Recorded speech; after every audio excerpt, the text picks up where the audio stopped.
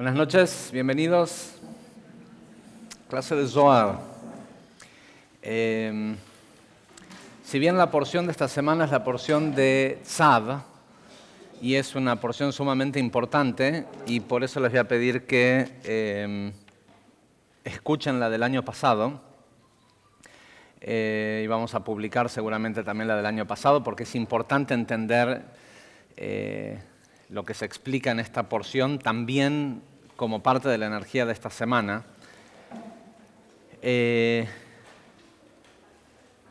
Sobre todo para entender la diferencia que hay entre el hacer un precepto, el cumplir con algún precepto bíblico y estar realmente haciendo algo positivo, y lo que la mayoría de la gente hace cuando lleva a cabo algún tipo de precepto bíblico, que es básicamente profesar idolatría. Hace 2000 años que el Zohar explicó que el concepto de tzav, de mitzvah, es una tecnología que quien no entiende cómo funciona, básicamente lo que está haciendo es idolatría. Lo explicamos el año pasado en la porción de tzav, así que está disponible y seguramente lo vamos a publicar en el aula virtual para que los que escuchen esta clase también sepan y tengan acceso a lo específico de la parashá. Ahora, de lo que vamos a hablar esta noche es de parte de la energía de esta semana, que es nada más y nada menos que la energía de Purim. Durante esta semana que está comenzando,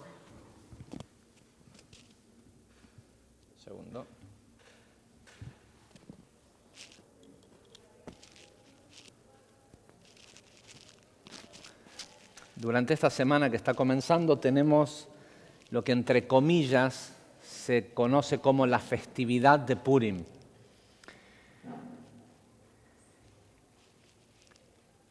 Y ya lo hemos dicho muchas veces, pero obviamente cada año que pasa es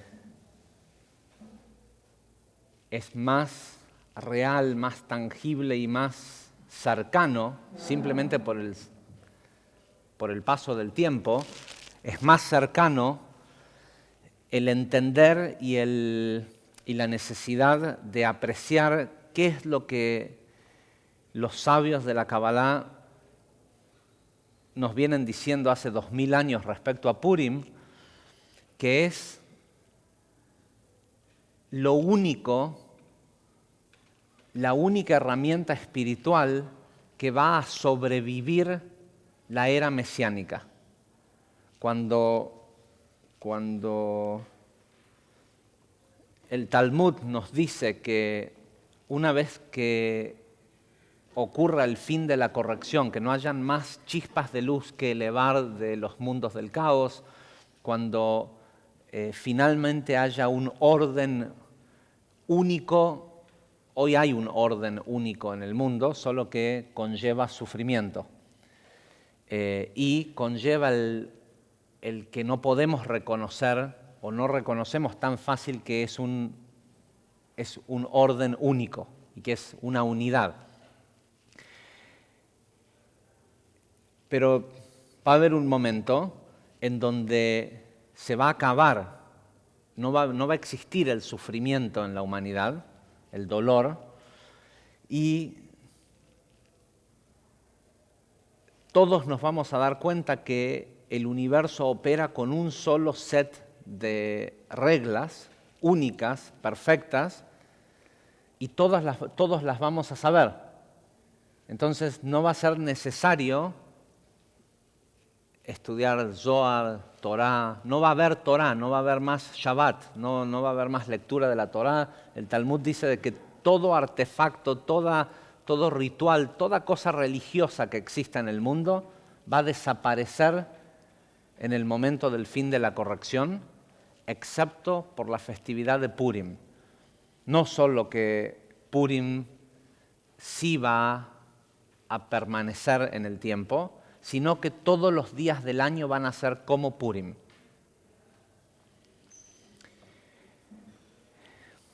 Y obviamente el miércoles en la noche, cuando hagamos la conexión de Purim, vamos a explicar algunos de los secretos y los detalles sobre las cosas que vamos a estar haciendo. La máscara, los regalos para los pobres, el Mahasita Shekel, el disfrazarnos, el emborracharnos, el escuchar la Megilat, el libro de Esther, o más bien el rollo de Esther. Pero hoy queremos entender por qué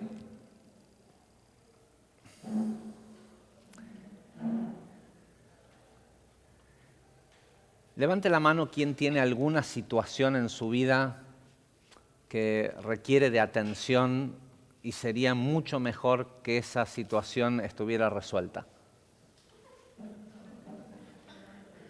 ¿Sí? Ok. O sea, no soy el único que tiene... Okay. Besat Hashem, sería increíble que esta clase de Zohar sea la última. ¿Sí? Sería increíble si esta clase de Zohar que vamos a tener esta noche fuera la última clase de Zohar de la historia. Que en lugar de que estemos hablando de la energía de la semana, esta clase se convierta en la clase de la energía del milenio.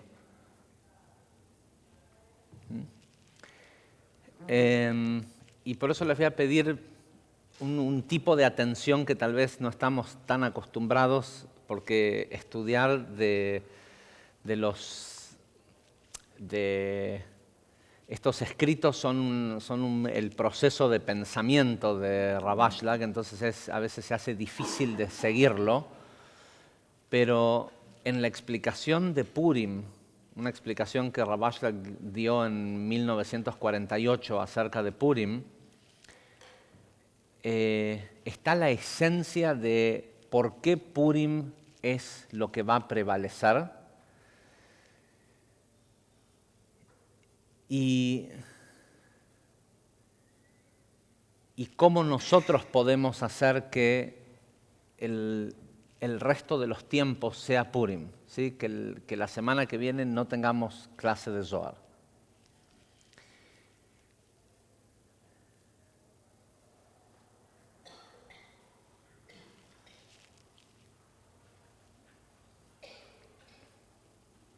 Dice, tenemos que entender varias preguntas e interrogantes que son difíciles de aceptar acerca de la Megilá. Es de entrada particular que el libro de Esther no se llama libro de Esther, se llama Megilat Esther. La mayoría de los otros profetas tienen libros, ¿sí? Y Esther, la reina Esther, su libro se llama Rollos de Esther. ¿Sí? Y de hecho cuando lo vean leer aquí el miércoles a la noche van a ver que es un rollo, es un pergamino que es una sola pieza, no son hojas, ¿sí? Es un pergamino que es una sola pieza muy, muy larga, enrollado. Dice, lo primero que tenemos que preguntarnos es esto. Está escrito en la Megilat, en la historia de Esther, dice, después de estas cosas, el rey Asuero promovió, es decir, le dio un ascenso a Amán. Tenemos que entender, dice Rav Ashlag, ¿qué quiere decir después de estas cosas? ¿De qué cosas está hablando? Y no estaba hablando de nada más y nada menos que después de que Mordejai le había salvado la vida al rey. Y lo razonable sería que diga, después de estas cosas, después de estos sucesos, el rey Asueros promovió o ascendió a Mordejai, no a Amán. Amán es el malo de la película, Mordejai es el bueno, el tío de Esther y líder de la comunidad israelita persa en ese momento. La historia de La historia de Esther ocurre 50 años después de la destrucción del primer templo de Jerusalén y 400 años antes de la construcción del segundo templo. Es decir, estaban en exilio, estaban exiliados en el imperio persa, que en ese momento era el imperio más poderoso del mundo. Habían conquistado 127 países para ese momento. Persa quiere decir Irán, ¿no?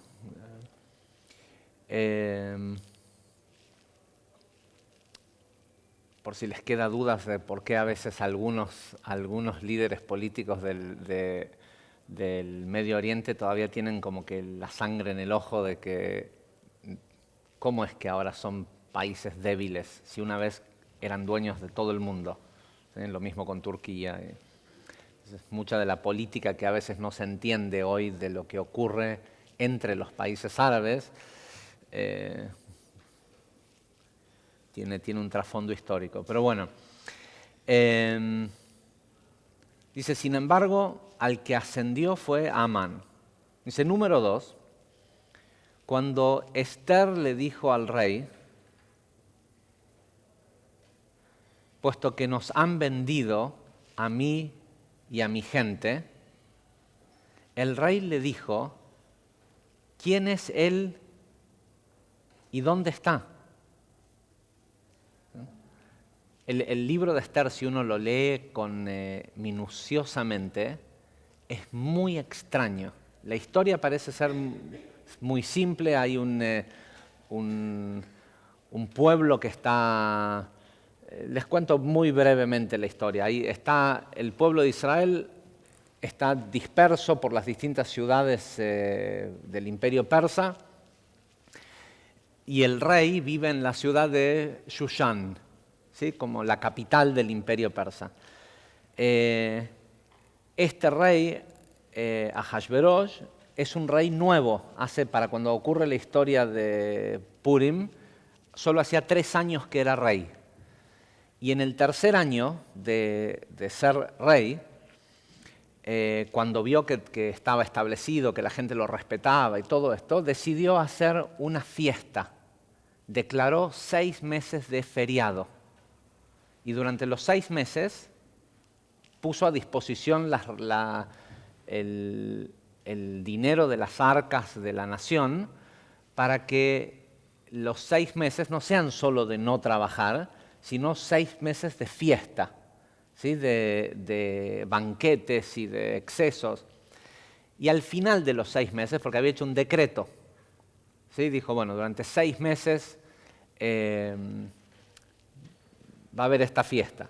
Cuando se terminó la fiesta, ya estaban acostumbrados a la fiesta, pero él había dado un decreto de que, bueno, de que no se iba a extender la fiesta más que una cierta fecha. Entonces decidió hacer una semana más de fiesta en el palacio, solo para la gente de la corte. Y en esa semana de fiesta, él tenía una fiesta por un lado con todos los hombres, y Vashti, que era su esposa, tenía una fiesta para todas las mujeres del coso en otro recinto. En el 7º día de la fiesta, esta privada que tenían en el reinado, el rey estaba ya muy borracho y le pidió a la reina que viniera a donde estaban todos los hombres y que viniera con poca ropa para que todos pudieran ver la belleza de la reina. Y la reina se rehusó y el rey, que estaba borracho, la mandó a matar. ¿Sí? Después de golpe, a los 2 o 3 días, se dio cuenta que era viudo. ¿Sí? Y al poquito tiempo dijo, bueno, necesito otra esposa.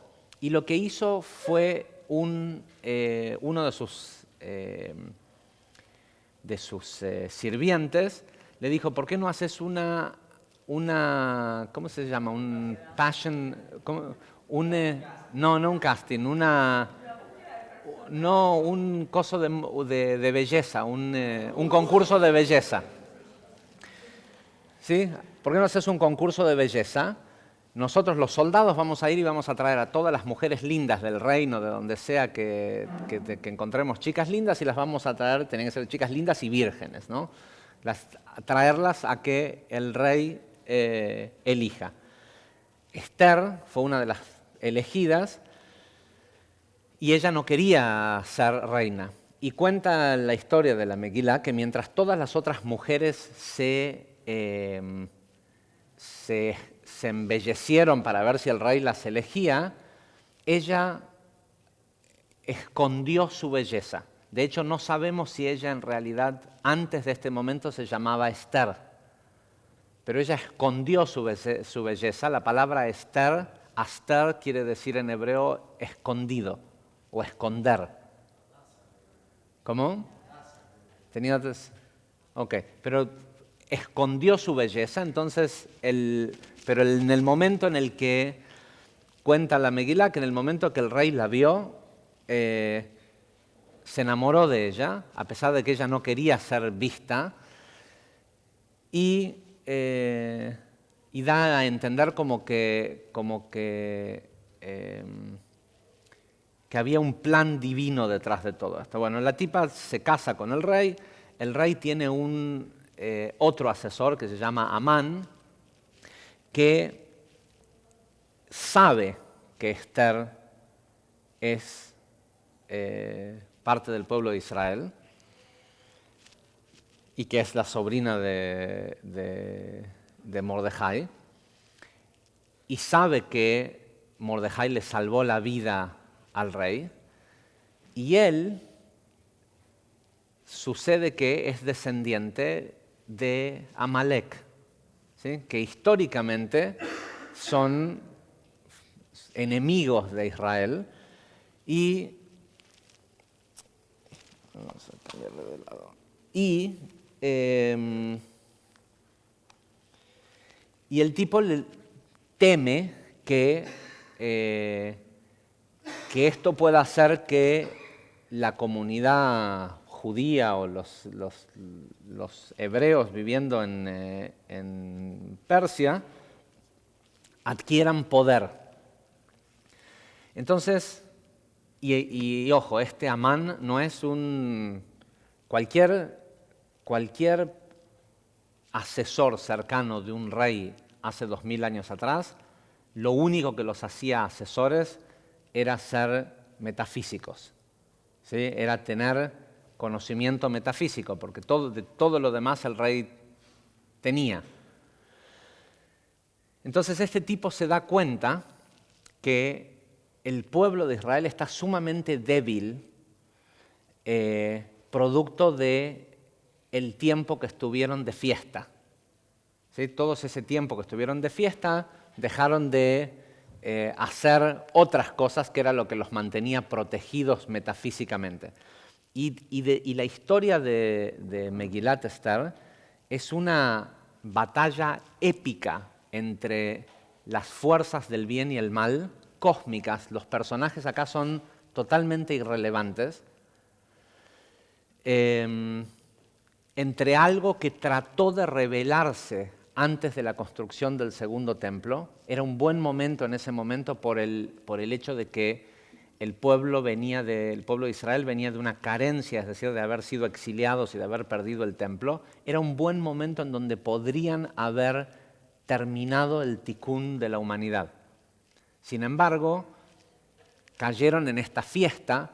Amán sabía que era un momento de apertura cósmica y el tipo hizo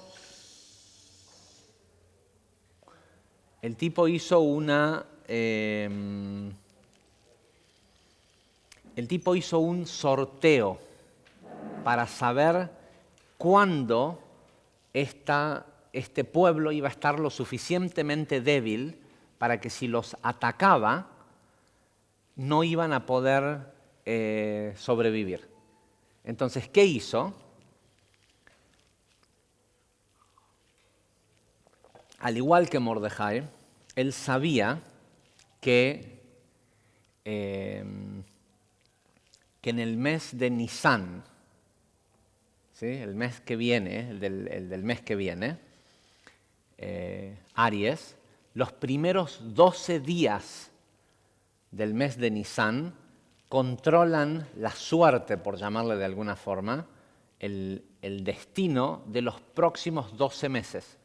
Por eso van a ver cuando lleguemos a Rosh Chodesh Nisan, decimos que ese es el verdadero año nuevo, y para cada uno de los días de Nisan, los primeros 12 días, hay un trabajo específico para hacer, para tomar control de los 12 signos del zodíaco, porque ese es el momento en donde la rueda astral, por eso digo suerte, porque Mazal, signo del zodíaco, y suerte son la misma palabra.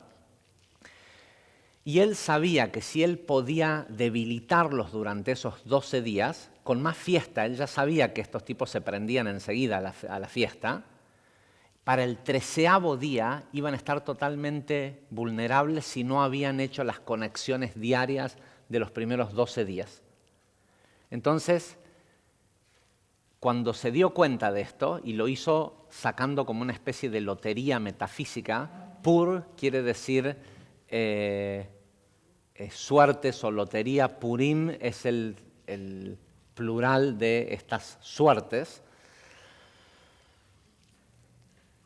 El tipo estaba seguro que el día 13 de dentro de 12 meses él iba a poder destruir al pueblo de Israel. Lo único que no calculó es que ese año era bisiesto. Y el 13º día dentro de 12 meses no iba a ser el 13 de Nisan, iba a ser el 13 de Adar, cuando Júpiter, que es el planeta regente del pueblo de Israel, estaba casi con luna llena.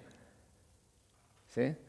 Pero la idea que él tenía era, literalmente hizo pasar un decreto para matar a toda la gente, y en el 13º día, en el 14º día del mes de Adar del siguiente año, terminó siendo él y sus hijos colgados, y se estableció Purim como una festividad en el mundo entero, y en Shushan, en esa ciudad, fue el día 15, y en todas las ciudades del mundo que son amuralladas, Purim se festeja el día 15 y no el día 14 como lo vamos a hacer nosotros. Esa es la historia, ¿sí? Básicamente lo que cuenta el libro. Ahora, dice que cuando Esther le fue a decir, nos vendieron a mí y a mi gente, porque a todo esto el rey no tenía ni idea de que ella era hebrea, ¿sí? De que ella era Israel. Y acá es importante porque lo que aparece en la historia, cuando habla de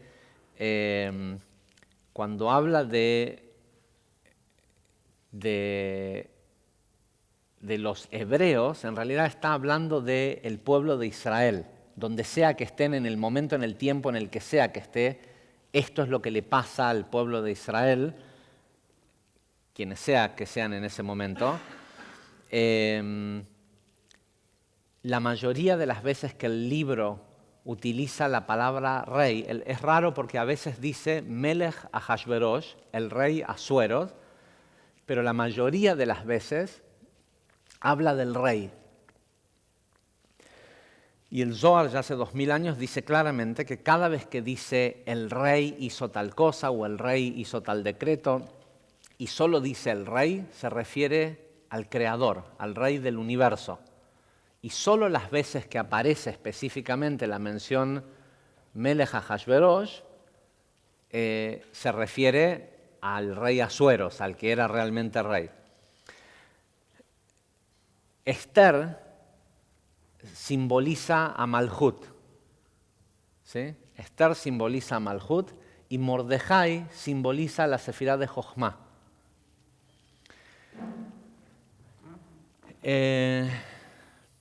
Entonces, y el rey Ahashverosh no tenía ni idea de que ella era hebrea, porque por las preguntas que hace al final de la historia, a pesar de que parece, es más, no entiende cómo es que los mandaron a matar a todos. Y vos decís, no, pero si este es el mismo tipo que firmó el decreto. No, el decreto de que todos murieran era un decreto cósmico del rey, del creador del mundo, que después de esos 6 meses de fiesta había decidido de que era mejor terminar con este pueblo, ¿sí? Como muchas otras veces antes. ¿Okay? Entonces, dice, entonces el rey le pregunta a Esther, ¿quién es él y dónde está? Y esto quiere decir que el rey no sabía nada de lo que estaba pasando.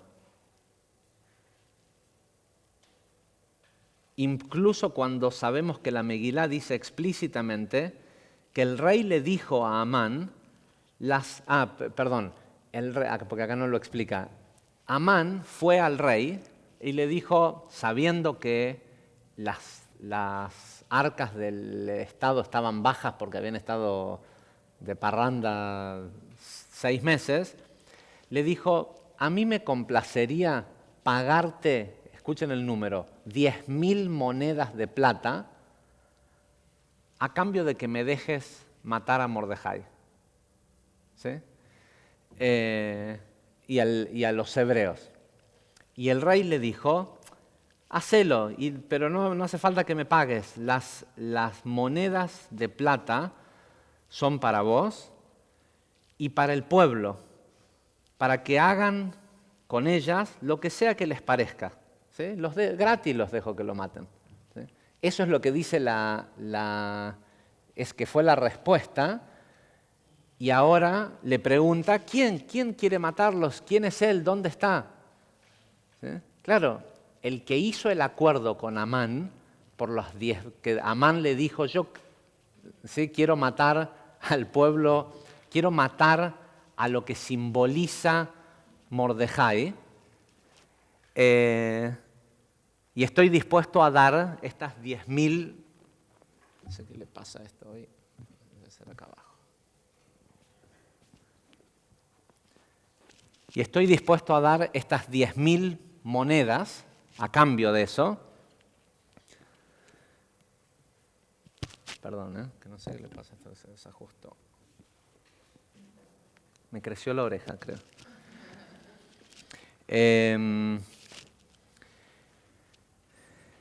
Y el rey, en este caso sería entonces con quien habló, fue con el creador, le dijo, las monedas son para vos y para el pueblo hagan lo que quieran con ellas. También está escrito que Mordejai sabía todo esto. Entonces esto quiere decir que solo Mordejai lo sabía.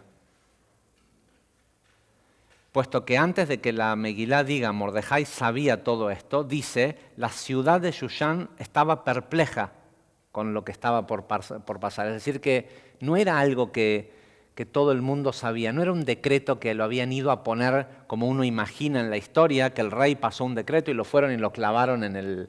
¿Saben cómo tenían estas... ¿Cómo se llaman? Tienen un nombre, ¿no?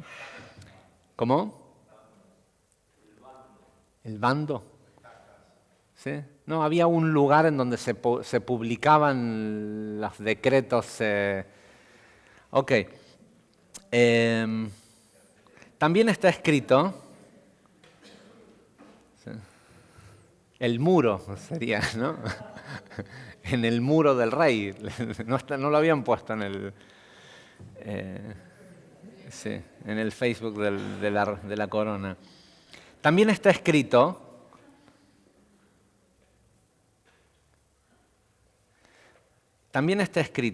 puesto que un decreto que fue escrito en nombre del rey y fue sellado con el sello del anillo del rey, no puede echarse atrás, no se puede revertir. Entonces, ¿cómo puede ser que después nos cuenta la historia de que el rey hizo un segundo decreto? Un rey que anulaba un decreto perdía toda credibilidad del pueblo. Entonces, sin importar, tenía que ejecutar el decreto porque se suponía, o por lo menos en realidad sí es así, pero lo que se entendía era que lo que sea que decretaba un rey era inspiración divina. Entonces, si el tipo decía que al final no había que cumplir el decreto, era porque o había perdido la inspiración divina o no la tenía para empezar. Y sin embargo la historia nos cuenta que hay un primer decreto y un segundo decreto que deja sin vigencia el primero.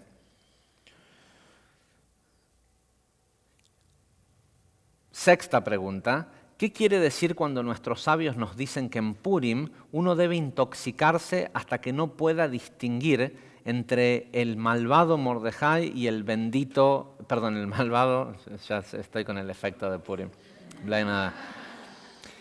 el malvado Amán y el bendito Mordejai?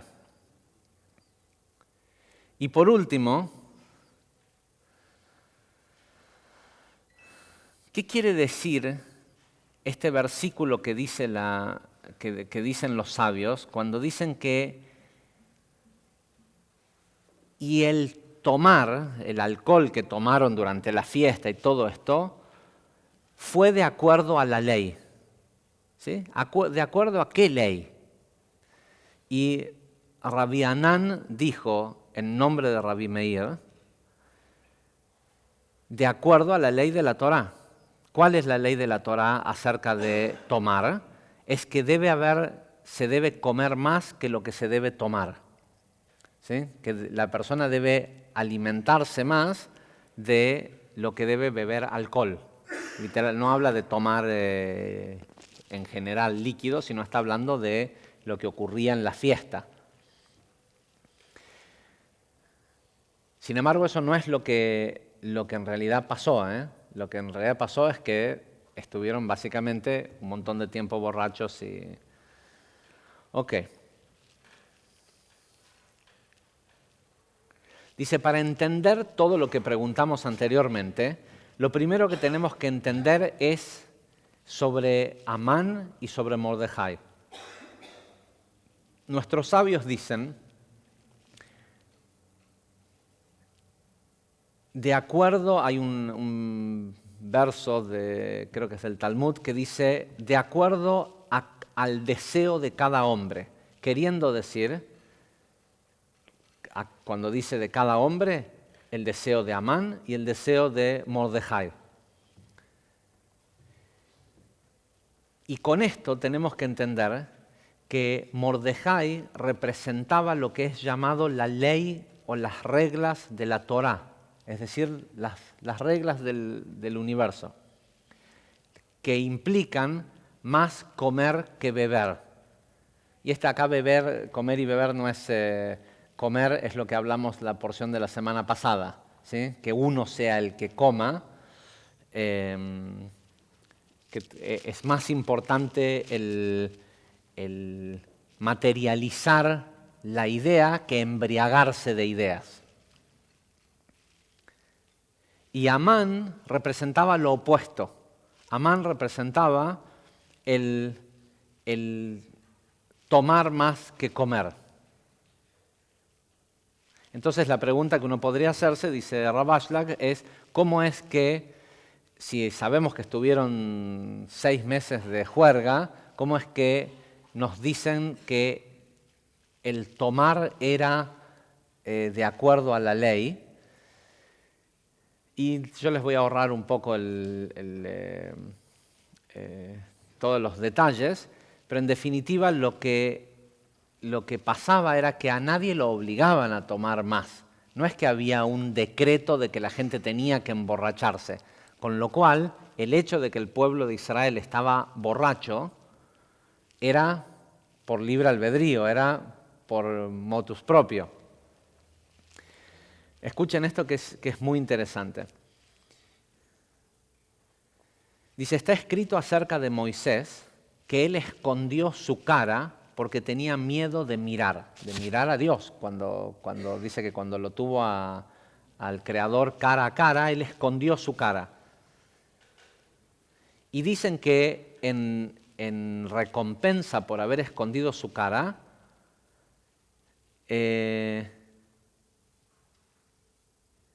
dicen que por haber hecho esto, Moisés fue recompensado. Y no solo eso, sino que también pudo ver al Creador cara a cara. Es decir, que al final lo vio cara a cara, pero además recibió una recompensa adicional solo por haber escondido su cara. Y esto quiere decir que precisamente porque él no necesitaba ver la cara, es decir, no es que dijo, bueno, si ya que voy a estar enfrente de Dios, lo quiero conocer, ¿sí? Lo quiero, yo quiero, para mí. No, si me pidieron que venga acá es por algo divino y no puede ser para nada que tiene que ver conmigo. El hecho de que él hizo esto, dice que él puso un masaj, una cortina. Esta idea del esconder, o sea, el tipo lo dejaron, imagínate, viene Obama la semana que viene, o esta semana, ¿no? Y te dicen, vos no tenías algo importante que decirle a Obama, vení que te lo presento. Y vos decís, no, yo tenía algo importante que decirle, no necesito conocerlo. Yo necesito que él sepa lo que tengo importante para decirle. Lo escribo en un papel, no lo firmo, le digo, dale este papel porque esto es importante que él lo sepa. Eso, a ese tipo de actitud se le llama lishma. La traducción que se utiliza religiosamente es por amor a Dios. La persona lo hace por hacer el bien, no porque, bueno, ya que estoy voy a conocer a... ¿sí? Ya que estoy voy a hablar con él un ratito, a lo mejor se acuerda de mí después. ¿Sí?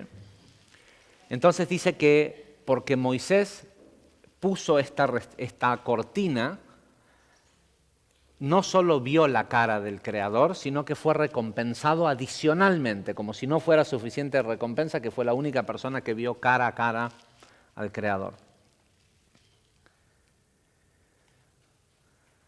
Dice, y esto es lo que quiere decir. Dice, y por el hecho de que él no puso deseo propio, es la razón por la cual fue la primera persona que pudo recibir todo. Tuvo derecho a recibir solo porque no quería recibir para él. Dice, y a esto se refiere la frase, creo que es una frase de Teilim, no sé por qué esta versión de estos escritos está sin los quotes, ¿cómo se dice? Las referencias. Esta frase que dice, refiriéndose al Creador, que dice, he puesto mi ayuda sobre alguien que es grandioso. Esto quiere decir que el Creador le da su apoyo, su ayuda a aquellos que son grandiosos.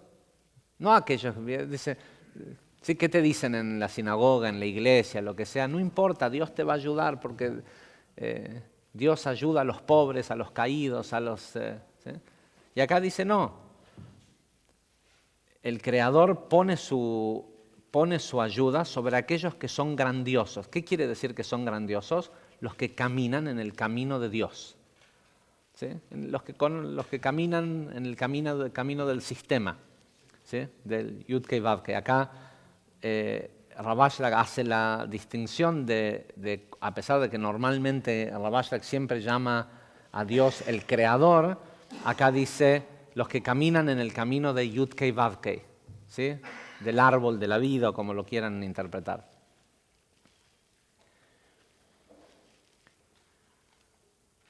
Voy a saltear un poco el tema de lo del tomar y beber. Ok, ahora bien, escuchen esto, dice así. Esto quiere decir que comer más que beber tiene que ver con lo siguiente. El hecho de beber se refiere a la manifestación o a la revelación de la luz de Jochma. ¿Sí? La sabiduría es embriagante, ¿sí? La cual es llamada saber. ¿Sí? En realidad acá literalmente la palabra que utiliza es conocimiento, conocer, porque después más tarde lo va a relacionar con el pecado del Etz Hadat Tov Verra, el árbol del conocimiento del bien y el mal. Dice, mientras que comiendo es llamado Or de Hasadim, que quiere decir luz de misericordia, que es el principio de la fe. Dice, estos dos igual son de la columna derecha. Dice, pero Jochma para extenderse necesita ir hacia la izquierda. ¿Sí? La luz de Jochma va primero a Binah, va hacia la otra columna. Es de la única forma que se expande, porque solo Binah tiene vasija suficiente para recibir la luz de Jochma.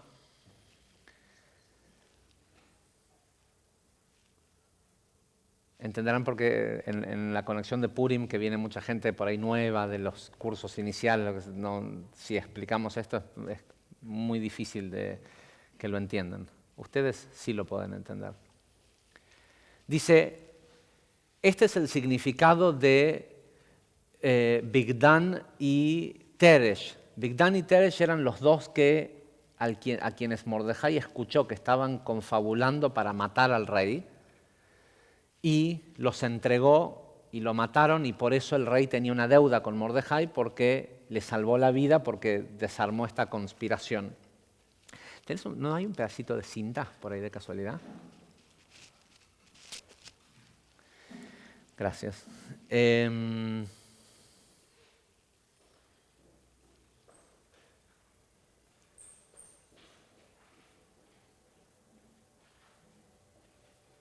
Dice, y está escrito en la Megilá, y esto llegó al conocimiento de Mordejai.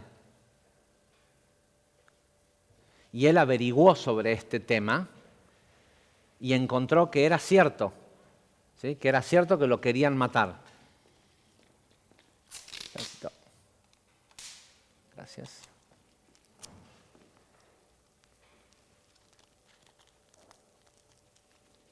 Gracias. Ahí está. ¿Sí? Mordejai averiguó y confirmó que era cierto, que había una conspiración para matar al rey. El hecho de que estuvo buscando, tratando de saber si esto era cierto, no ocurrió en un momento, dice Rabashlag. No es que Mordejai salió a averiguar, che, ¿es cierto que estos quieren matar al rey? Él escuchó que querían matar al rey, pero hasta que no tuvo una confirmación de inspiración divina, no hizo nada al respecto. No es que escuchó y los fue y los acusó, y por eso había una deuda del rey con él. Dice, Mordejai no obtuvo esta respuesta fácilmente, sino después de mucha labor espiritual y de eliminar sus fallas, es que esto se le reveló a él.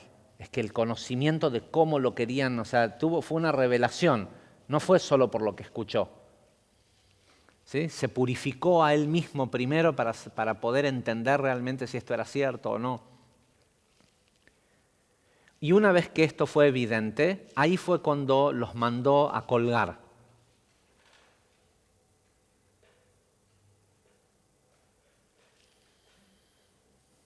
Entonces, cuando dice después de estas cosas, es que ascendió a Amán, es aún más raro porque este Mordejai había alcanzado un lugar de mayor pureza, no es que era un alcahuete del rey, era un tipo que sabía lo delicado que era el tema y lo manejó metafísicamente, espiritualmente de manera apropiada.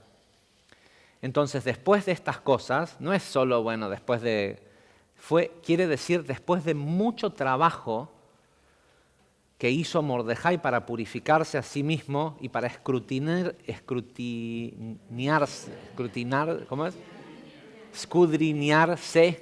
a sí mismo para saber si era puro para poder hacer esto o no. Es decir, hubo una gran cantidad de esfuerzo, pero el esfuerzo que él hizo era totalmente lishma. Él no quería nada del rey. ¿Sí? Lo hizo únicamente porque entendió que era lo correcto que se debía hacer. No lo hizo por él.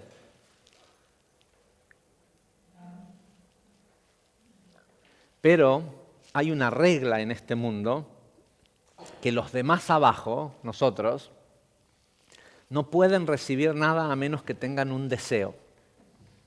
¿Sí? El deseo es necesario porque el deseo es la vasija.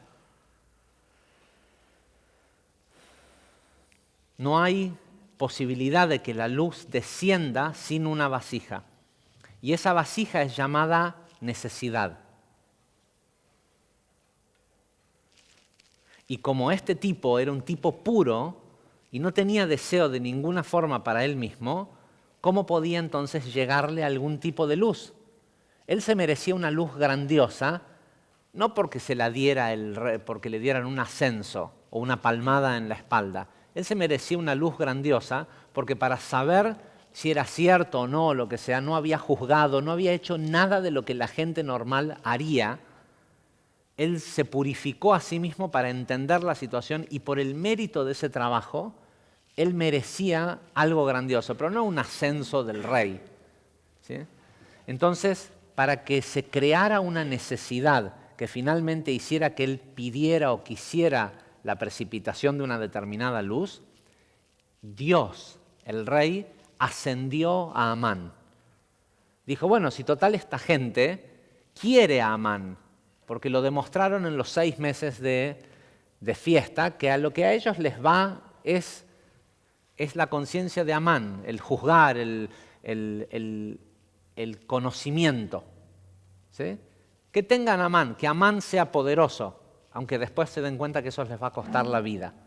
¿Sí? De todas formas se van a morir, van a reencarnar, pero van a haber aprendido una lección.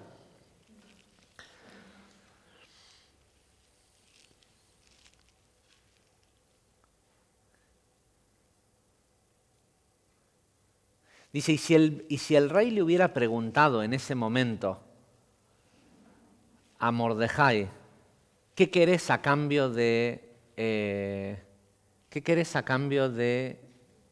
haberme salvado la vida? Mordejai le hubiera dicho nada. Entonces, por eso el rey se olvidó de que le debía. La historia cambia porque, les cuento ahora el final de la historia.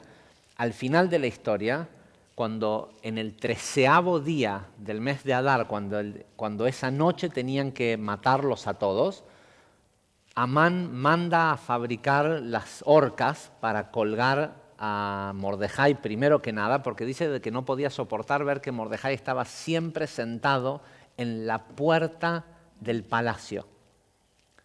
¿Sí? Mordejai estaba siempre sentado en la puerta del palacio. Y no es que hacía algo al respecto de que sabía que había un juicio de... ¿sí?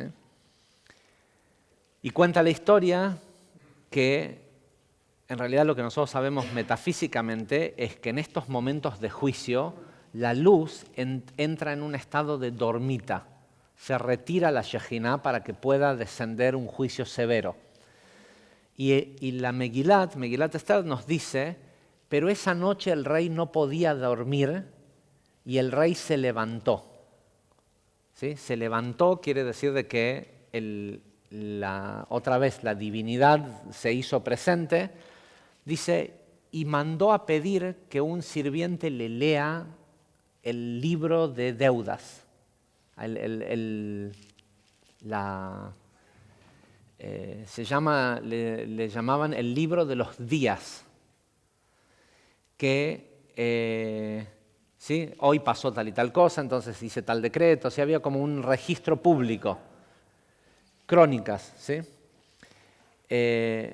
Y el tipo dice, mira, hace un año me salvaron la vida y no recompensé al tipo que me salvó la vida, porque estábamos tan ocupados con la fiesta, con esto, con lo otro, que me olvidé de salvarle, de darle algo grandioso a cambio.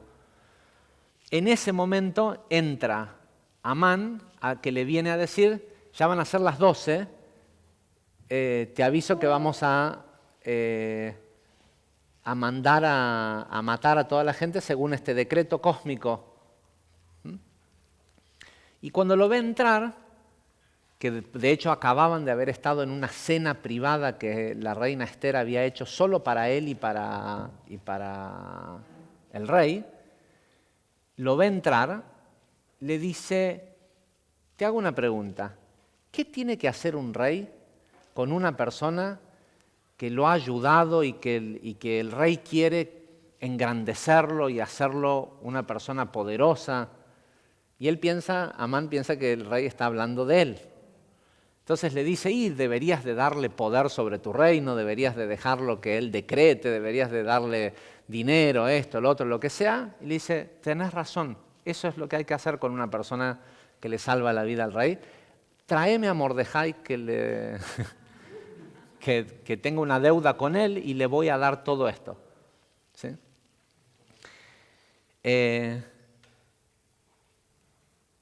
Si en ese momento si le hubiera preguntado a Mordejai, Mordejai le hubiera dicho nada, si te salvé la vida porque es lo correcto. Pero quiero que entendamos que es importante que Amán representa la razón, ¿sí? Y Mordejai representa la fe. Ahora vamos a entender qué quiere decir la fe, porque la esencia, de acuerdo a Ravashlag, la esencia de la evolución espiritual que ostenta el pueblo de Israel es la de la fe por encima de la razón. Según dice, está escrito que el pueblo de Israel tiene un aderet ve'emuná, una capa de... Está vestido de una capa de fe. Vamos a utilizar la palabra fe porque es la forma más conocida, pero no es necesariamente la idea que nosotros tenemos de tener fe en Dios. Sí, es certeza.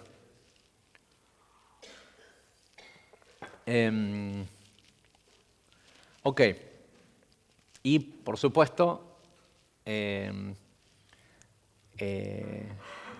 siendo parte del pueblo de Amalek, Amalek es el mismo valor numérico que Safek, dudas. Amán representa la duda razonable. Una persona inteligente duda, ¿sí? No hace las cosas por fe.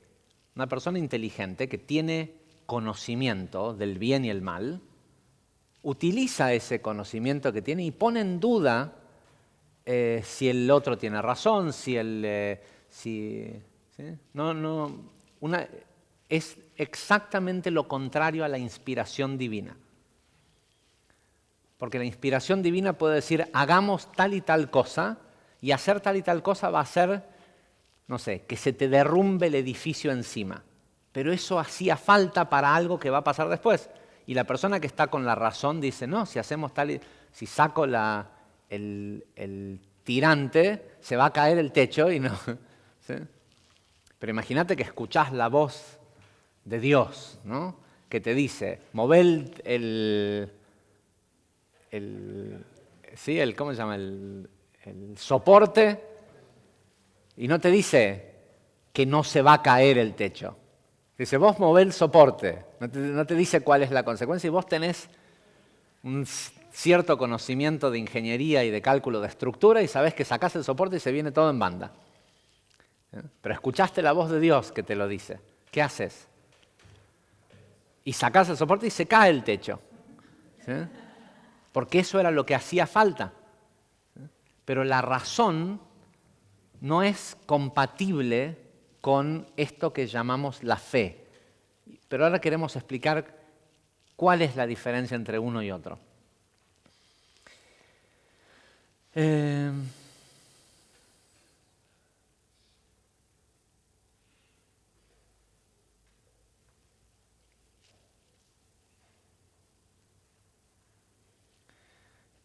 Estoy salteando un poco de la historia entre Mordejai y todo esto porque quiero ir más por la hora que es, más al...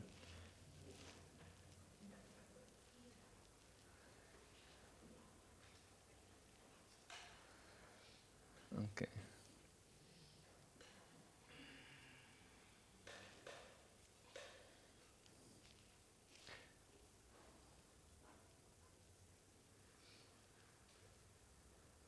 Ok, vamos a lo salteé algunas cosas porque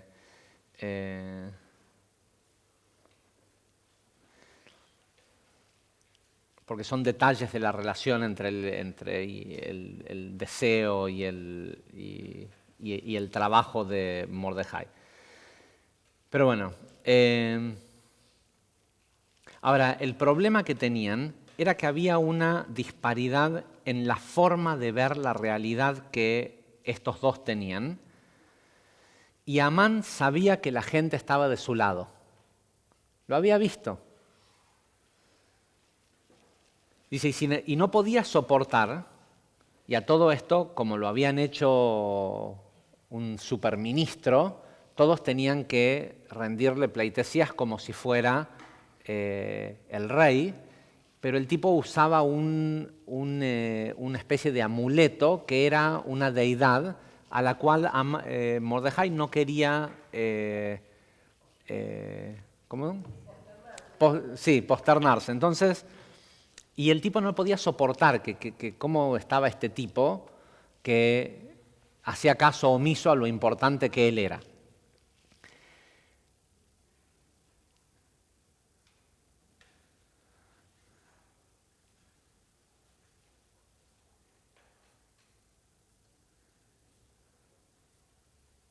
Dice, y sentía que no servía de nada todo el dinero, todo lo que le habían dado, mientras que estaba este Mordejai, que no se posternaba frente a él, siempre sentado en la puerta del rey. Dice, ¿qué quiere decir que la Megilá dice esto? Esto es porque Mordejai, lo que él decía que era la verdad, de cómo se tenía que hacer las cosas, es la única puerta hacia el trono del rey.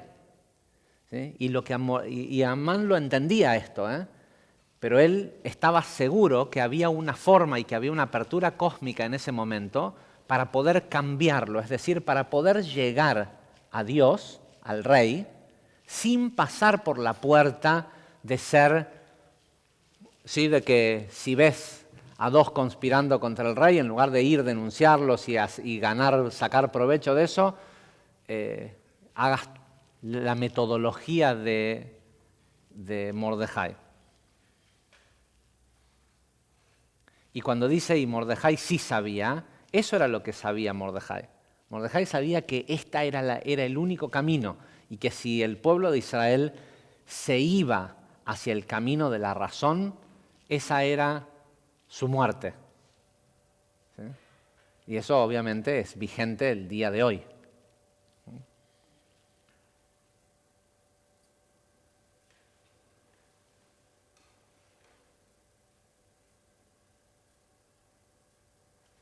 Ok, esto no lo puedo saltear, si no, no va a tener sentido lo próximo.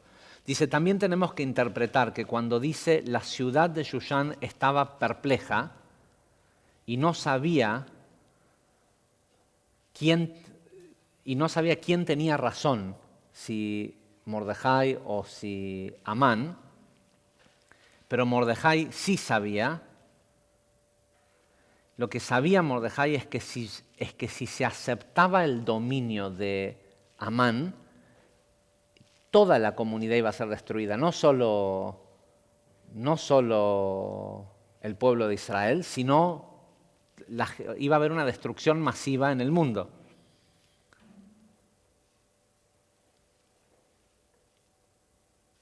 Dice, porque lo que él trataba de extinguir era la esencia de la espiritualidad, y las bases de la espiritualidad es el trabajo de la fe por encima de la razón, la cual es llamada misericordia encubierta.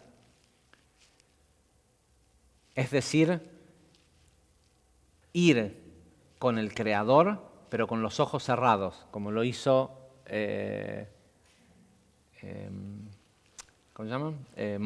Moshe.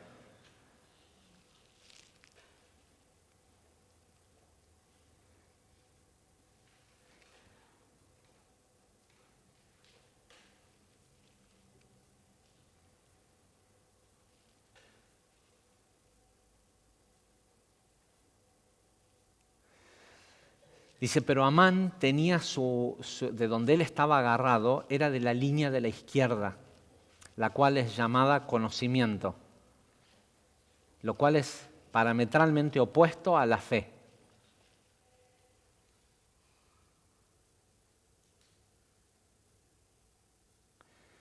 Dice, y esto de que tiró estas suertes, no sé qué serían, no sabemos exactamente qué son, si era, pero era como decir dados o algo que tiró para ver qué salía. Dice y Amán tiró se refiere a los dos lotes que se mencionan en la Torá en Yom Kippur. Uno para Azazel y otro para el Creador. En el ritual de Yom Kippur el sacerdote tenía que tirar dos chivos. Un chivo expiatorio que era eran dos chivos idénticos y uno se tiraba para el Satán, para el ángel de la muerte, y otro se sacrificaba para el Creador.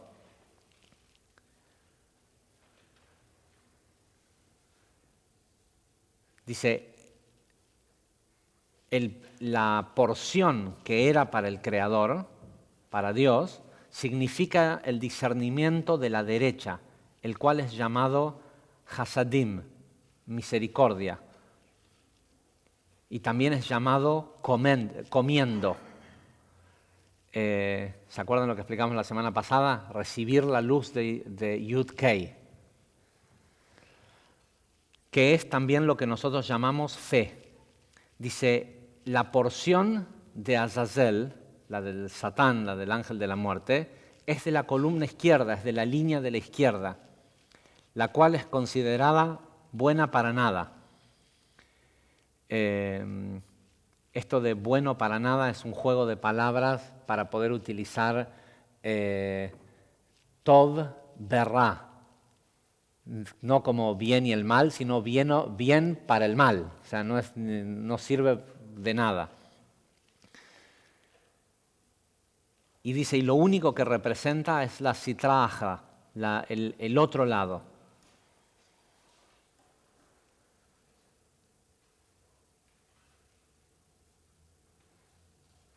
Dice entonces, un bloqueo de las luces se extienden desde la línea de la izquierda, puesto que solo en la izquierda las luces se congelan, dice Rabashlat. ¿Sí? El árbol tiene una columna izquierda, pero la función de la izquierda, cada vez que la luz pasa por la izquierda, ahí es en donde se reprime la luz hasta que cuando llega a Hod se termina muriendo. ¿Sí? Para el momento que hay solo tres sefirot en la izquierda. Binah, que es donde la idea es grandiosa y de golpe se comprime. ¿Sí? Gesed otra vez es misericordia, es dale, vamos para adelante. Gvurá es otra vez el deseo egoísta, y para la siguiente sefirá de la izquierda la luz termina deteniéndose. ¿Sí? La izquierda es lo que congela, dice, a las luces. Y esto es lo que quiere decir que él tiró estas suertes, eran estos lotes.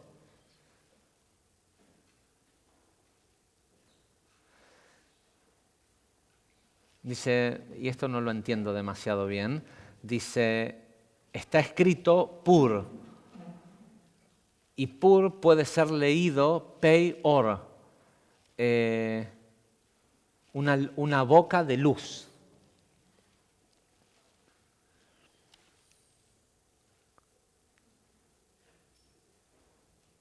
Todas las luces, dice, fueron bloqueadas en el lote de Azazel, en el lote del Satán o del ángel de la muerte.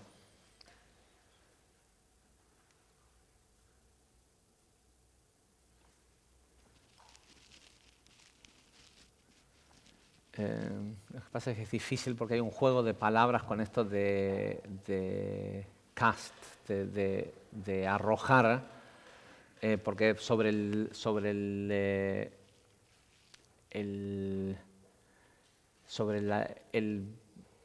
chivo que se tira al ángel de la muerte está escrito Vemintzulot yam kol hatotam, que se arroja al agua, a las profundidades del agua, todos los pecados. Pero eso también implica que los pecados son paquetes de luz que se escondieron por algo que la gente hizo. Y en realidad simbólicamente lo que quiere decir es de que están siendo devueltos allá abajo a los, ¿sí? a la clipá para otra vez ser rectificados. No quiero ir demasiado técnico porque quiero llegar pero era importante entender esto de los dos caminos por donde la luz puede ir. Dice, y esto quiere decir que Amán, en realidad, al pararse del lado izquierdo, él pensó que podía quedarse con las luces que le correspondían a Mordejai.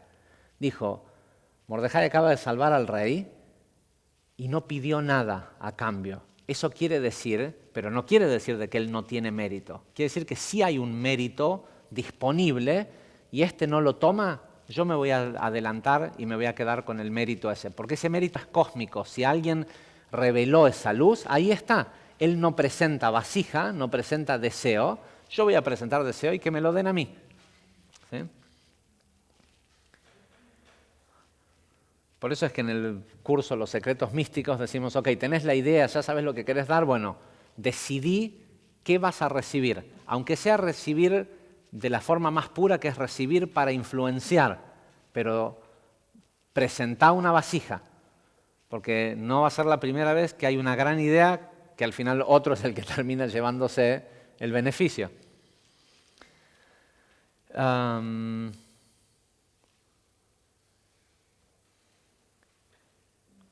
Dice, y esto es porque él vio que el rey, por este crecimiento espiritual de Mordejai, dio permiso a que se extiendan las luces de la sabiduría, las luces de Jochma.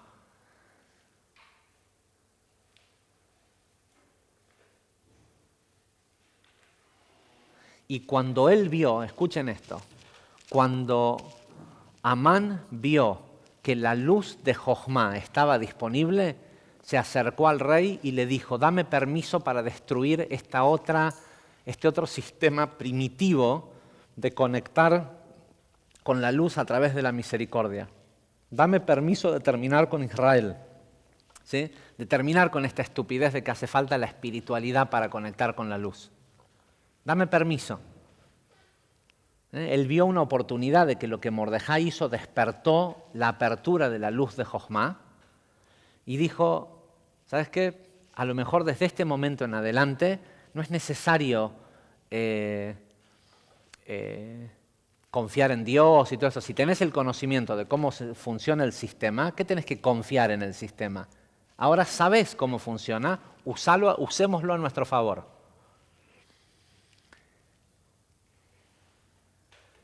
Y eso es lo que él entendió cuando el rey le dijo, las monedas, la plata son para vos y para la gente, para que hagas lo que pienses que está bien con ellos.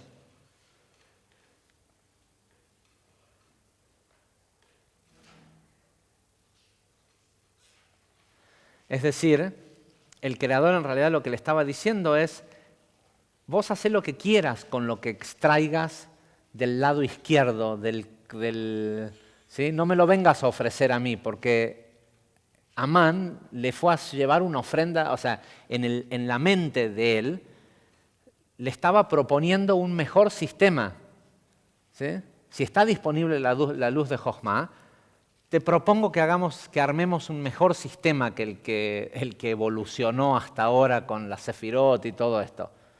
Y el creador le dijo, no te preocupes, vos si estás en la izquierda, quédate con toda la luz que haya, porque también sabe que ahí la luz se termina acabando. Ahora bien, dice, hubieron 2 decretos.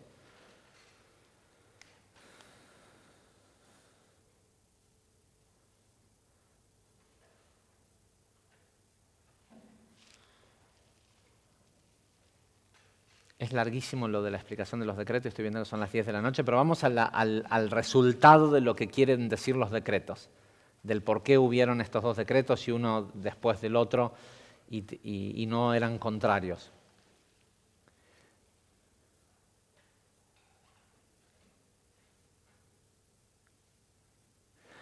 El primer decreto decía que se iba a mandar a todas las provincias a avisar que tal día, a tal hora, a la noche, había que matar a todos los... Sí, había que matar al concepto de Israel, que es la espiritualidad a través de la fe y de la misericordia. Dice, esto en realidad lo que quiere decir es que se había publicado el hecho de que la luz de Jochma se iba a revelar para todas las naciones. ¿Sí? Que la luz de Jochma estaba disponible para todas las naciones. Por eso el tipo dijo, hay que avisar en todos los 127 países que tenemos conquistados, ¿sí? Mandó emisarios y todo, que va a haber una noche, que es la noche que nosotros hoy conocemos como la noche de Purim, donde va a haber, y es cierto que hay una gran revelación de la luz de Jochma. ¿Sí? Y ya no va a hacer falta todo esto del esfuerzo y hacer, mirá al tarado de Mordejai, en lugar de sacar provecho, pasándose, purificándose y haciendo todo esto con el sistema antiguo ¿sí? De ser bueno. Sin embargo,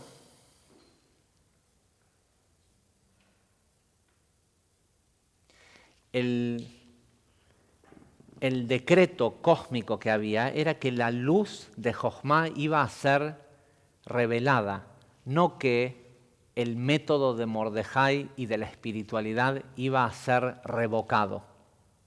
Solo había un anuncio cósmico que él lo había entendido cuando tiró su brujería o lo que sea que el tipo hizo. Era cierto que había un decreto cósmico que en esa noche se iba a revelar la luz de Jochma. Pero no decía, él entendió, bueno, si hay esto superior, ya no hace falta lo inferior.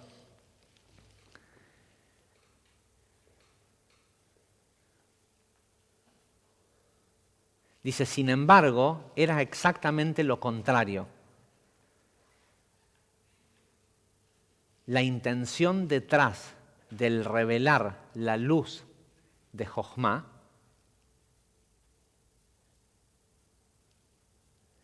era para que existiera, vieron que en Sukkot decimos que la luz de Jochma solo puede ser contenida con una vasija de Hasidim, para que existieran las dos al mismo tiempo.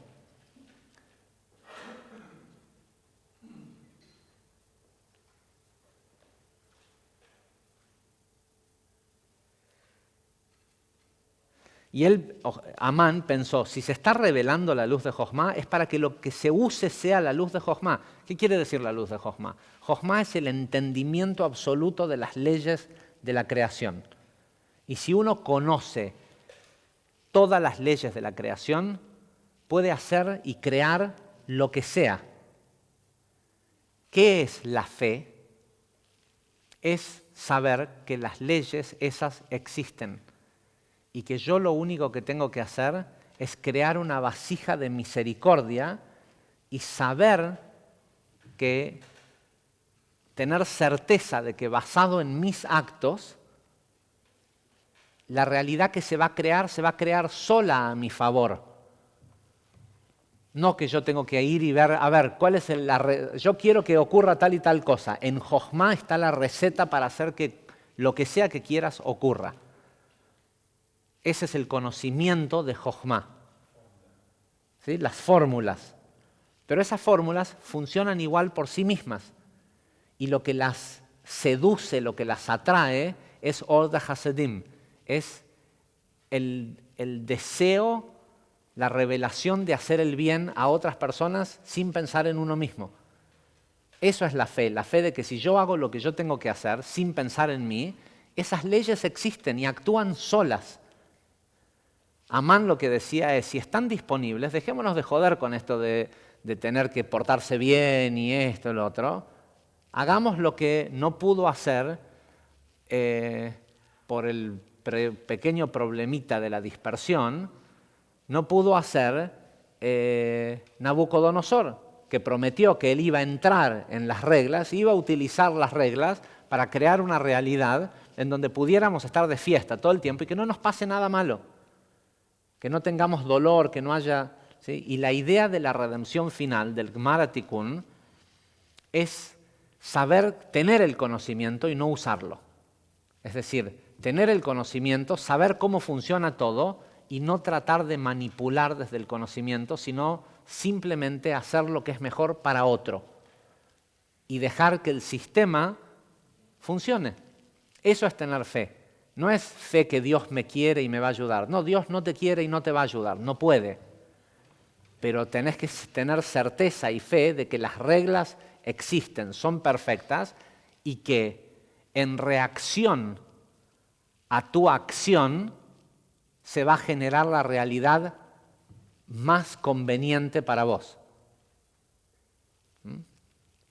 Entonces, si vos pensás que, pero mejor voy a decir tal cosa porque acá lo que está haciendo falta es que alguien diga tal y tal cosa para que las cosas pasen como deben ser.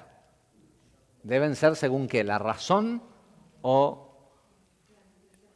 el sistema? Ok. Y esa es, ojo, ese es el Gemara Tikkun. Y lo peor del caso es que tiene que comenzar por nosotros pudiendo actuar de esta forma antes de que se haya eliminado el sufrimiento. Es decir, que puedas no juzgar al tipo que hoy produce sufrimiento a otros. ¿Sí? El ejercicio se los propongo. El ejercicio más poderoso que pueden hacer de acá al miércoles es tratar de imaginarse la cosa más aberrante que puede haber que un ser humano le haga a otro ser humano y decir, ok, yo podría vivir en el mundo sabiendo que eso existe, entendiendo que es por una razón perfecta y si lo veo ocurrir no haría nada al respecto. Y no se trata de que no tengas que hacer nada o lo que sea, se trata de empezar a entender que hay una única realidad detrás de todo, que está interconectada y es perfecta y que es cierto, hoy incluye dolor, porque no estamos en el fin de la corrección. Pero cuando sea el fin de la corrección, no va a ser distinto el sistema, solo no va a haber más gente que requiere del dolor para aprender. ¿Sí? Uno puede intervenir en que no ocurran esas aberraciones, revelando suficiente conocimiento para que la gente no necesite sufrir para crecer. ¿Sí? No es deteniendo al perpetrator, ¿cómo se dice? ¿Cómo? Perpetrador. ¿Sí? Y pensando que el otro es una víctima. Empieza por entender que hay una perfección detrás. Ok. Dice, ¿y por qué? Dice, el argumento que Mordejai tenía, o sea, lo que él sostenía, era que la revelación de luz que iba a ocurrir de Jochma era justamente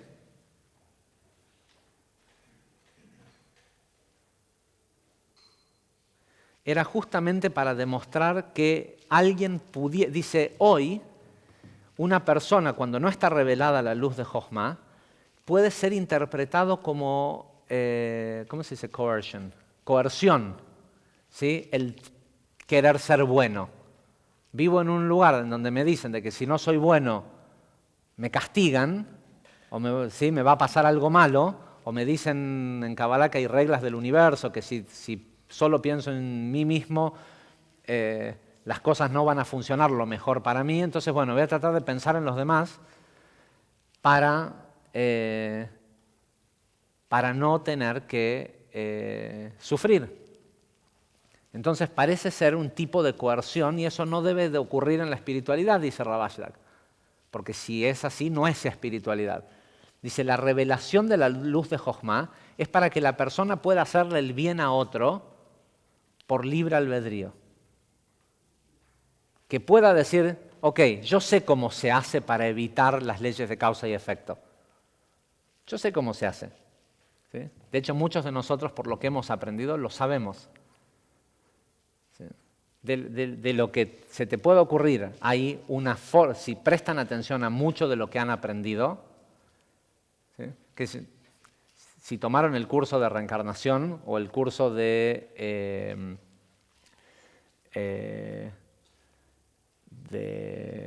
Kabbalah aplicada a la vida diaria, muchas de las cosas que nosotros decimos que uno puede hacer y de lo que no se puede hacer y esto y lo otro, si la piensan con la mentalidad de un abogado, se van a dar cuenta que hay muchas formas de hacer cosas que aparentemente traen terribles consecuencias sin que tengan consecuencias. ¿Sí? Engañar a tu esposo o a tu esposa, por ejemplo. Si combinan conocimiento que se ha dado en esos cursos entre el efecto que tiene ese engaño y demás versus lo que hemos aprendido acerca de las clases de sexo y demás, hay formas de hacer que no tenga consecuencias. Es decir, el conocimiento te puede servir para que no te pase nada malo por hacer eso. Entonces ahora, literalmente, verdaderamente tenés el libre albedrío de no engañar a alguien, no porque tenés miedo de que te agarren o te pase algo malo, sino porque vos no querés ser un traidor. ¿Sí? ¿Por qué no traiciono? Porque yo no quiero ser traidor. No porque tengo miedo de que me va a pasar algo. ¿Se entiende? Porque sé cómo hacerlo para que no me pase nada. Y eso me da verdadero libre albedrío respecto a que si no engaño a mi pareja, no es por miedo al sistema o por hacerle el bien por las dudas, sino porque es lo que yo, es lo que yo quiero ser. ¿Mm? Entonces, la revelación de la luz de Jochma, cuanto más conocimiento tenemos, más libre albedrío tenemos de hacer, y les digo que para casi todo hay una forma de hacer las cosas que de otra forma serían egoístas y evitar las leyes de causa y efecto. Si es que sos lo suficientemente fuerte como para que tu mente no esté creando la consecuencia, ¿sí? Porque sos, como decimos en Argentina, un cagón. ¿Sí? Si la persona realmente tiene los cojones de hacer lo que va a hacer y no tiene ningún remordimiento, es decir, no crea con su mente el juicio de que algo malo le puede pasar, y lo hace de cierta manera, el conocimiento te da eso. Cuanto más uno sabe de alajá, menos cosas tiene que cumplir. La mayoría de la gente del mundo que hace, los religiosos que hacen un montón de cosas según lo que la Torá dice, es porque conocen poco la alajá. Cuanto más uno conoce los detalles, más te das cuenta de que hay un montón de cosas que están hechas solo para que no vaya a pasar tal y tal otra cosa.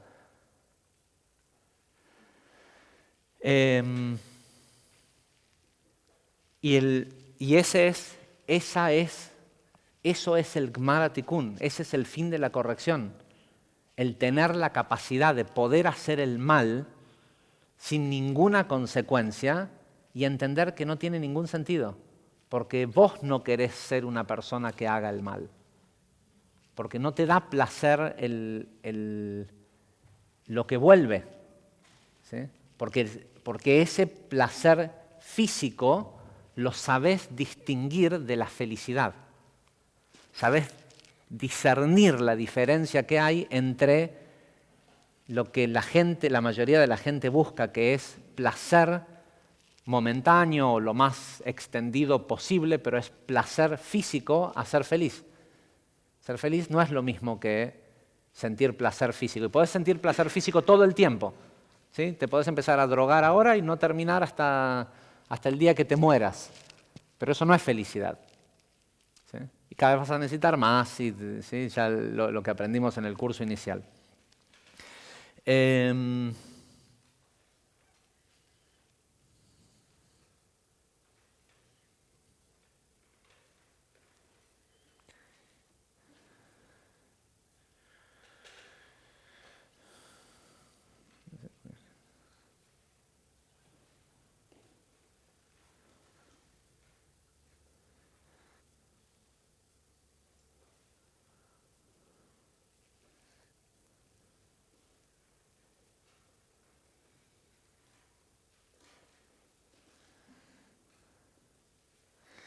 Esto no lo pensaba, está bueno. Dice, por eso nos damos cuenta que el decreto de Mordejai, el decreto de la espiritualidad, es realmente el que es importante. Es decir, la luz de Hasidim, que es algo que solo un humano lo puede hacer.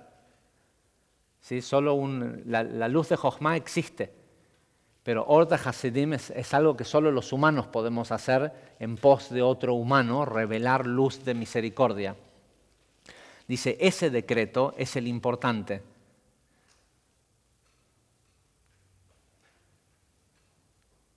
Y lo que Amán decía era lo contrario, que el hecho de que el Creador hubiera revelado la luz de Jochma dejaba no tenía importancia, hacía que quedara sin importancia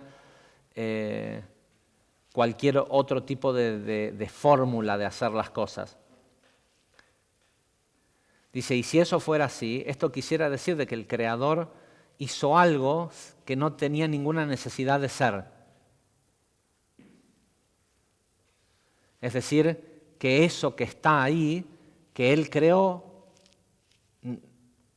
no es para que alguien lo disfrute. Y eso no puede ser. Si la capacidad de hacer por el otro existe, es porque en eso hay algo que el Creador entiende que el ser humano va a disfrutar de eso.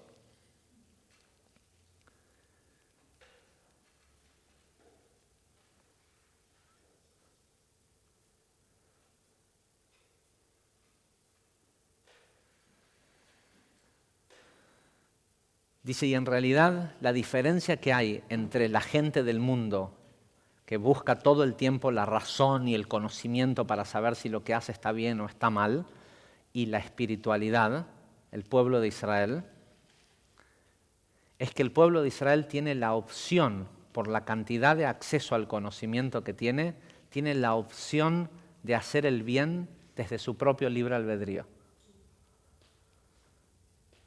Y no porque no hay otro camino para tomar.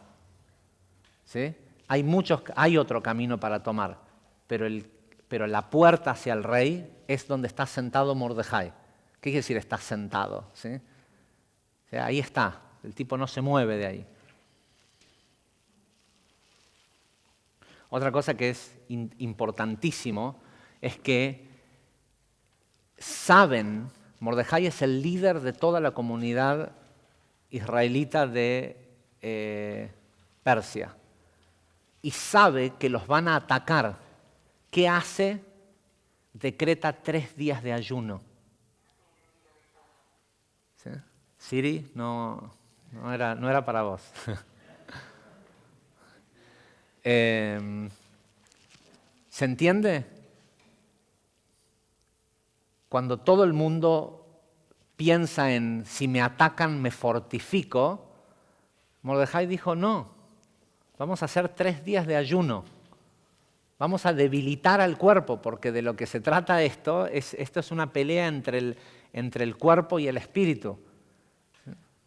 De hecho, cómo revirtieron el decreto fue por hacer 3 días de ayuno y por salir a regalarle cosas a las otras personas.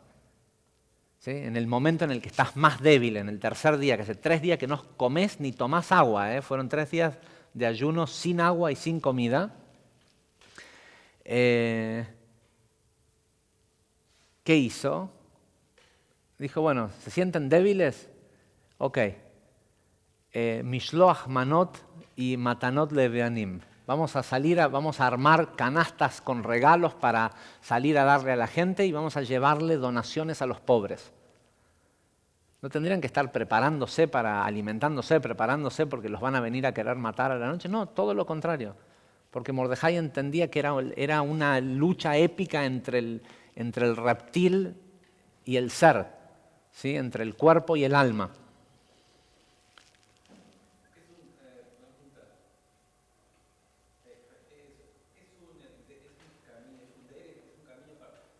Sí.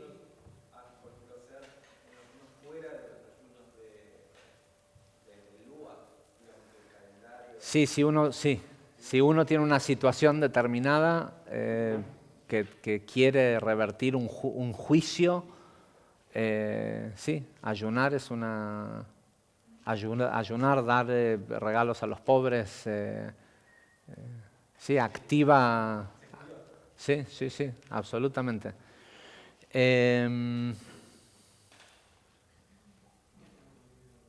Dice, la intención central de Mordejai era que la izquierda sirva a la derecha.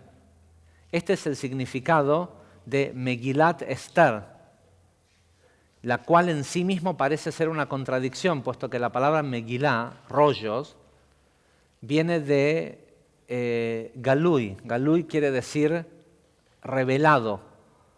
¿Y qué es? Revelado Esther. ¿Qué es Esther?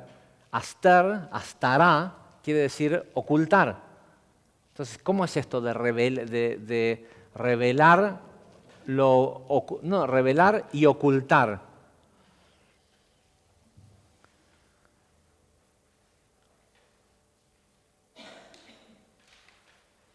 Dice, y acá entendemos lo grandioso del por qué, por un lado, el nombre de Dios no aparece ni una sola vez en el libro de Esther, en el Megilat Esther. Y por otro lado, ¿por qué es llamado Megilat Esther? Porque uno debe interpretar que la única razón para la revelación de la luz de Jochma es para que dé lugar al elegir el esconderse. Es decir, ¿sabes qué? Yo sé que podría ir, yo sé que yo podría ir a preguntarle al cabalista, me pasa tal y tal cosa, ¿qué dice la Cabalá? ¿Qué tengo que hacer para que esto cambie? Y tengo la posibilidad de hacerlo, ¿sí? Tengo el acceso. Ese acceso me da la posibilidad de decir, pero también puedo hacer algo saliendo de mí mismo, grandioso, por otro, sin pensar en mí, y dejar que se arregle solo.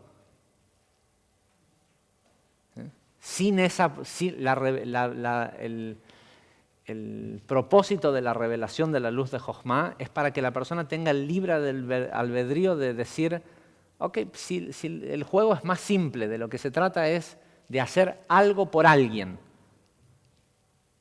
Esa es la solución a todo.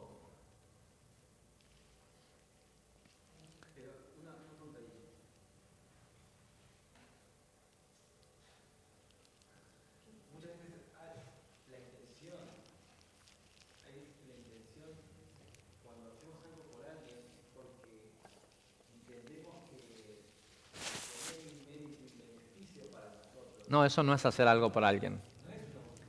Claro, no. Sí, sí, eso no es hacer algo por alguien. Eso es hacer algo por vos.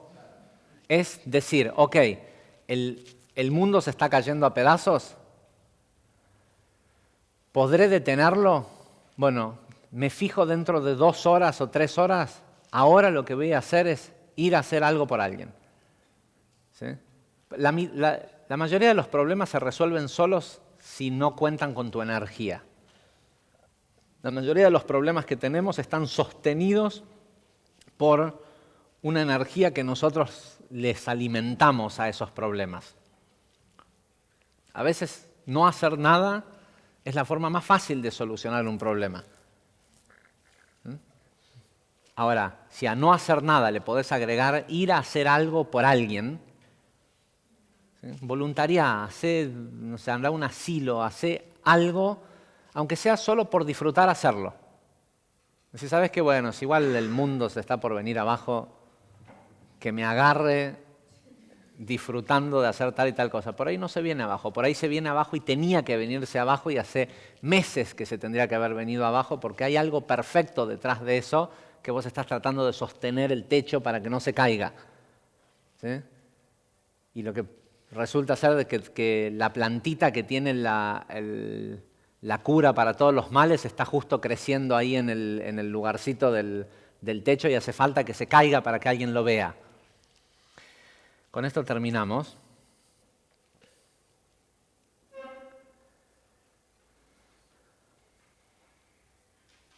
Dice, en el hecho de esto de que él no sabía, está explicado en el estudio de Talmud Sefirot, en el versículo 15 de Or Pnimi, artículo 217.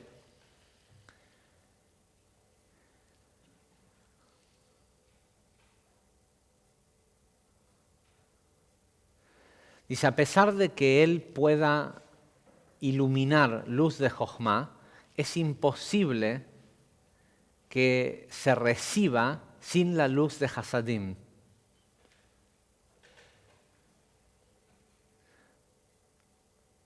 Puesto que si uno la pudiera recibir sin esa vasija de Hasadim, induciría separación.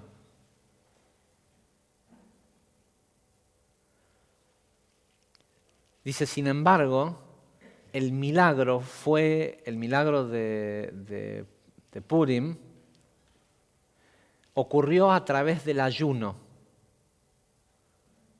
Dice, este ayuno, el ir en contra de la conciencia del cuerpo, extendió las luces de misericordia. Si vos no estás entendiendo algo, si no hay jochma, si no hay sabiduría, es porque no estás haciendo algo por alguien. El entendimiento de la luz de jochma, para que no se quede en biná, que es de la columna izquierda, necesita de or de hasadim, necesita de luz de misericordia para que llegue a la emoción. Y las vasijas de luz de misericordia se hacen haciendo algo por alguien.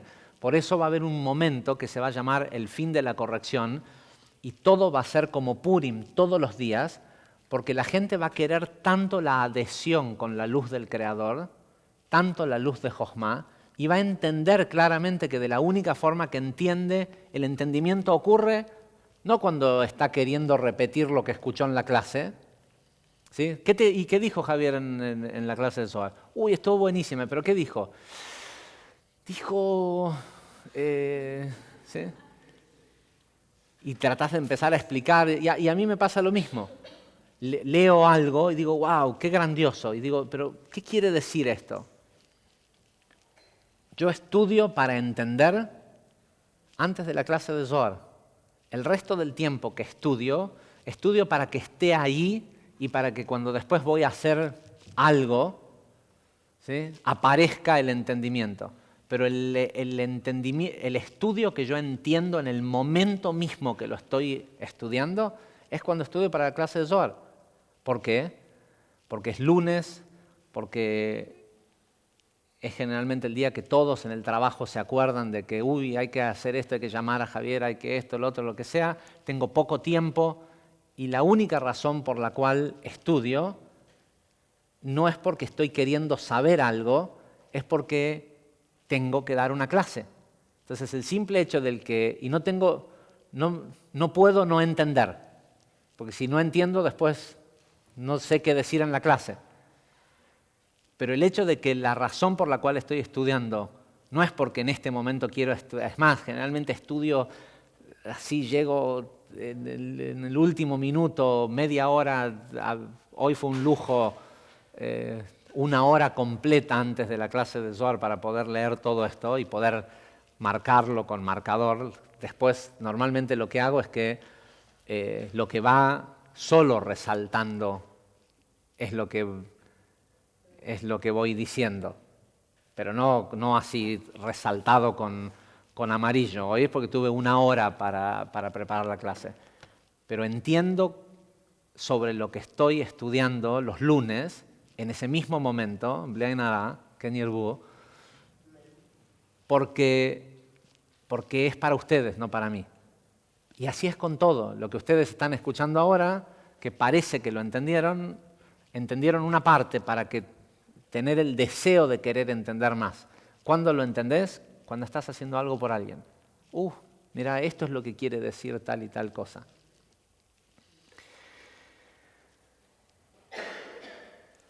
Besat Hashem, ojalá que la semana que viene no haya clase de Zohar.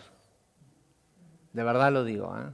Ojalá que nunca más necesitemos una clase de Zohar. Ojalá que este miércoles y jueves con Purim realmente se revele esa luz de Jochma y la veamos.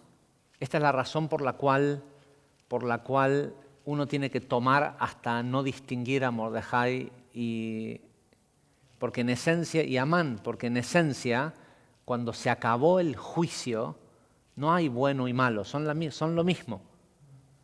¿Sí? Los dos, en definitiva, querían la luz de Jochma. Uno quería el atajo, que es lo que nosotros hemos estado tratando de hacer los últimos 2500 años desde que ocurrió este evento de Purim, y había un camino mucho más cercano. ¿Sí? No se cruzan con gente sabia que nunca ha estudiado nada. No se cruzan, les debería de empezar a pasar cada vez más, solo por estar estudiando Kabbalah, de que se cruzan con gente que nunca han estudiado nada de metafísica, de espiritualidad, de nada, y son gente sumamente sabia, o sea, que decís, los escuchás y decís, eso es Kabbalah, eso es Kabbalah, eso es Kabbalah. ¿Cómo es que ellos tienen acceso a la luz de Jochma? Porque la luz de Jochma está muy cerca, está del otro lado de hacer algo por alguien. Así que, Besat Hashem, espero que después el miércoles vamos a dar más detalles acerca de lo escrito en la Megilá, pero desde el punto de vista metafísico tenemos que saber que venir el miércoles es venir a una batalla épica que se viene peleando hace 2400 años entre el shortcut, ¿sí? Entre el atajo y el verdadero crecimiento espiritual. Y el verdadero crecimiento espiritual no es venir a tomar 10 clases por semana, es tomar un poquito de la información de alguna clase para querer hacer algo por alguien, por el otro, y con los ojos cerrados, como Moisés. Hasta el miércoles.